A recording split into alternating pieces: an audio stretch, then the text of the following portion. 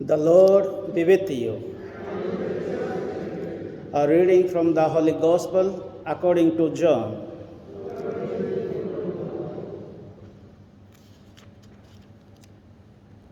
Chapter 2, verses 1 to 12. There was a wedding at Cana in Galilee.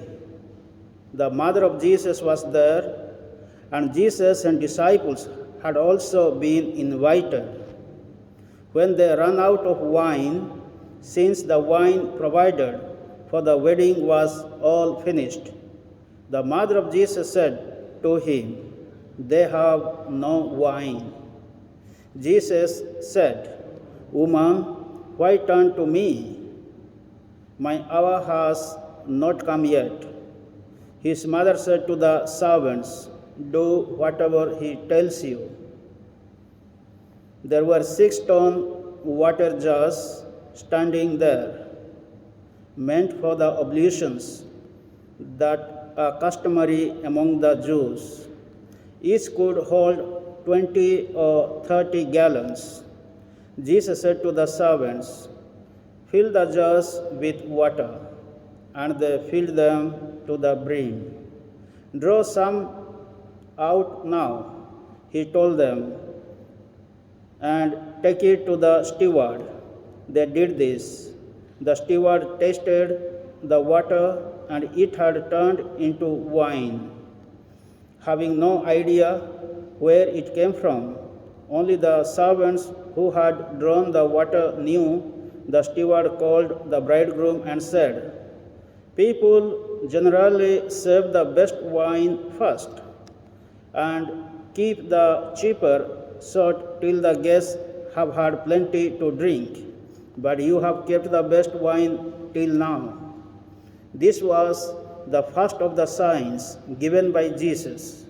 It was given at Cana in Galilee. He let his glory be seen, and his disciples believed in him. After this, he went down to Capernaum with his mother and the brothers, but they stayed there only a few days. The Gospel of the Lord.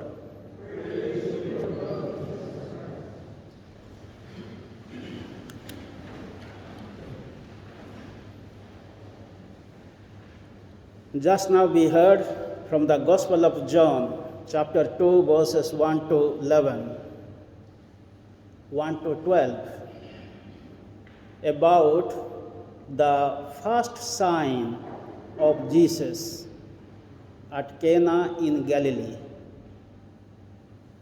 In John's Gospel, there are 7 signs.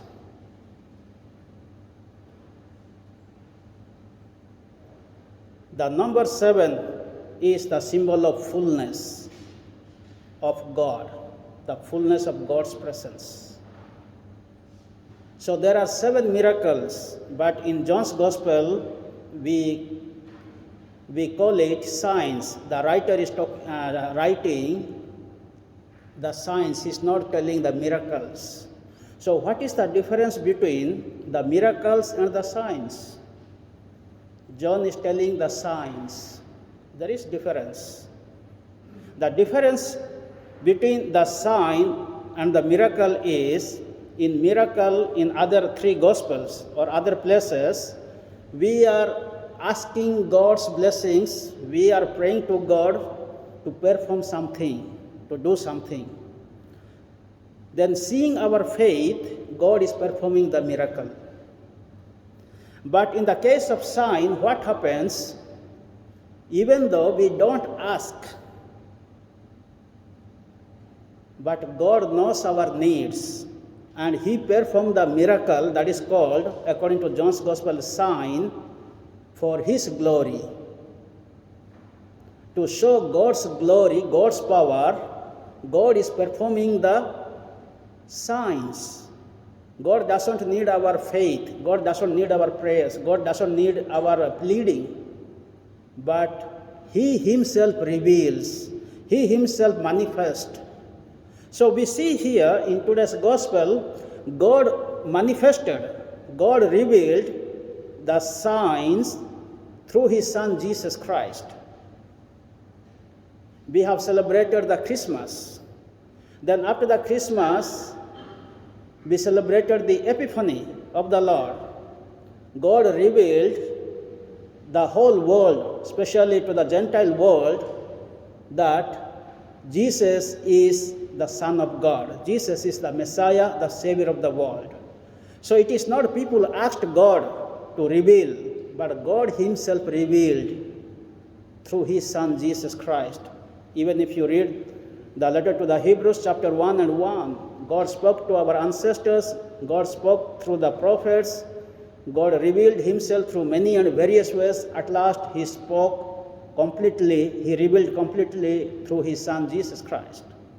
So now we see here, after the Epiphany, now God is revealing through his Son Jesus Christ at the wedding at Cana in Galilee. So what has happened here? So to understand today's gospel, we need to reflect on the gifts of so many people involved in today's gospel. So first thing we find here, Mary, Jesus, and the disciples were invited at Cana in Galilee. So what is most important, the people had invited Mary, Jesus, and the disciples. So invitation is very, very important. So people knew that the significance of Mary, Jesus, and the disciples. Maybe they invited them to bless the couple, to bless the family. They did not know who was Jesus, who was Mary. They did not know who were the disciples. So now what has happened, as they started serving the wine, the wine ran short of. Then here comes the role of Mary, being the mother of Jesus and being the woman. Then we see here, Mary immediately went to her son Jesus and said, they have no wine. It was not her business to tell, they have no wine. And Jesus replies, woman, why do you turn to me? So what is your business? My hour has not come. So now here we see the reply of Jesus, woman. Jesus did not say Mary. Jesus did not say my mother.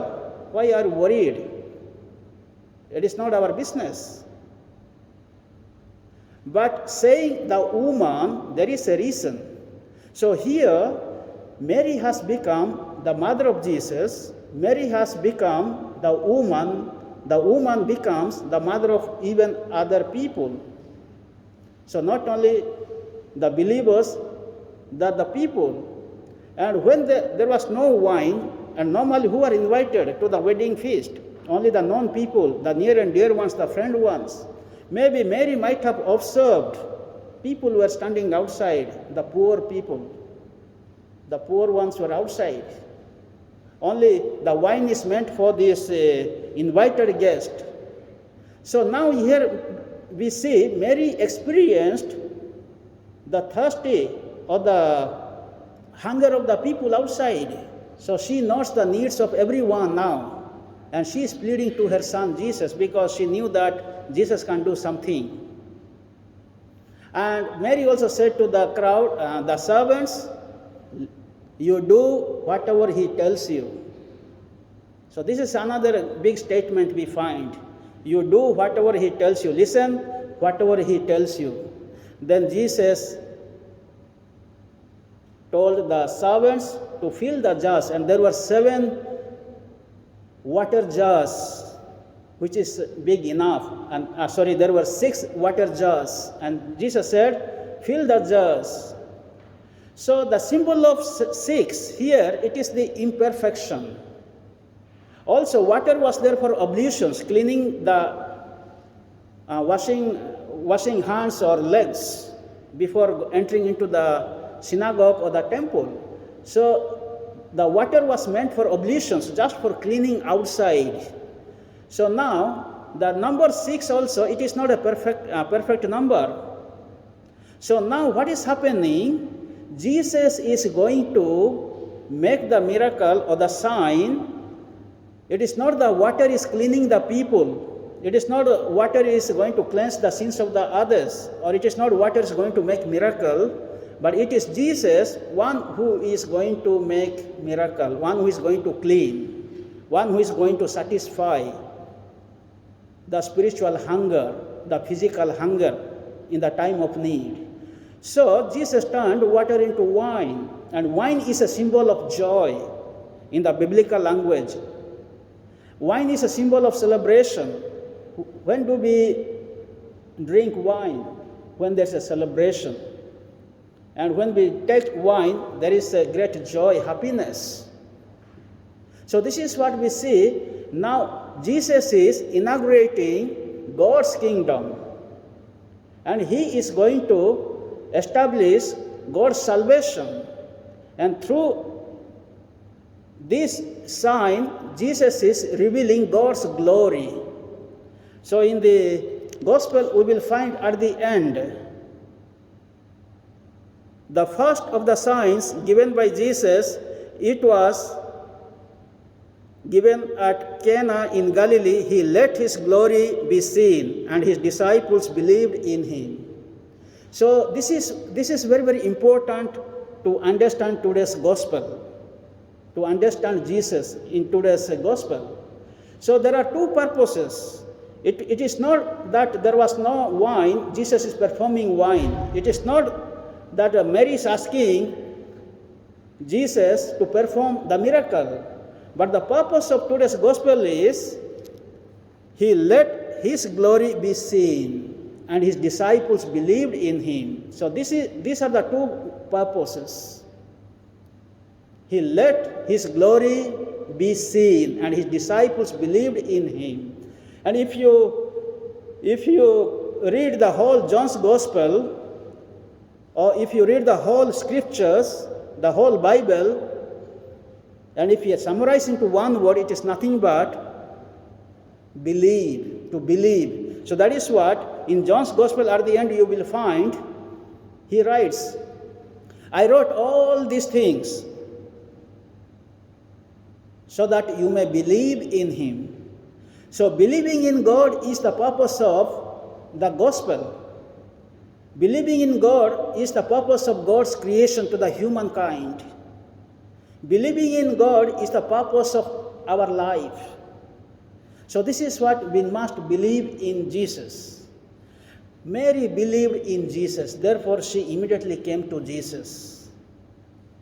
The people invited Mary, Jesus, and the disciples, therefore we find there is a miracle. Now, the servants obeyed Jesus. They believed in Jesus. Therefore, they started filling the jars. Now, Jesus believed in his Father. Therefore, he turned water into wine. So, what is happening here? Through belief, through faith, the miracle is taking place. The sign is taking place. In the second reading, we heard from the first letter of St. Paul to the Corinthians, there are so many gifts, but the same Lord, same God, the same Spirit.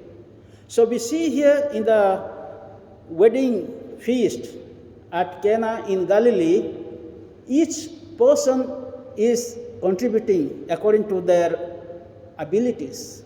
So Mary has contributed what she has received the gift. Jesus is contributing. The servants are contributing. The wedding guest and the people have contributed. So this is what we need to experience. We have been born. We have been given God's gift. And different gifts we have. As we heard, some are given the gift of preaching, gift of teaching, gift of healing, gift of prophesying, the gift of faith. So there are different gifts we have. So how do we make use of those gifts? So when we bring all these gifts to Jesus, there is a miracle. If Jesus, Mary, his disciples were not invited, now you imagine, would there be any miracle? No. If the servants did not fill the had not filled the water, there would have been, will there be a miracle? No. So you see, so everybody has made use of the gifts. So in the same way, today we have come here to celebrate the Holy Eucharist. As Jesus performed the miracle, he turned water into wine. So in the same way, in the Holy Eucharist, Jesus also said, he took the bread, he took the cup, he said, this is my body, this is my blood, you eat, you drink, you do in memory of me. So, in the Holy Mass, what is happening? The priest is invoking the coming of the Holy Spirit to sanctify the ordinary bread and wine, and they become the true body and blood of Jesus. And we eat, we drink, we receive Jesus, and there is a great joy and happiness. So this is how we understand God's loving presence in our life. In the first reading, God is telling the Israelites, you shall be called my delight, and your land is wedded. So God becomes like the bridegroom, and Israel, the people have become God's bride. So in the celebration, what is happening? There is a great joy, great happiness, there's a relationship. So in every Eucharistic celebration, there's a great joy, great happiness. Today, let us pray as we celebrate the World Peace Day. We need God's peace. We need God's joy in our life. Most of the time, we don't experience God's presence in our life. What is the reason? The reason we don't invite God in our hearts and minds. We don't invite Mary in our hearts and minds. We don't invite his disciples. And the second reason, we must believe in him. As the disciples believed in him, we must believe in him. Very especially in this time of coronavirus, let us pray. In the time of war, in the time of natural calamities, we have lost true peace and joy. Let us pray to the Lord. Let us believe in his creative power. Jesus made use of his creative power. As God said in Genesis, let there be light, there was light. In the New Testament, Jesus turned water into wine. So we see the creative power of Jesus. So let us believe in the Word of God. Let us believe in his presence in this Holy Eucharist. May the good Lord bless us, fulfill all our intentions, that we may always believe in him and see his glory in this Holy Eucharist. Amen.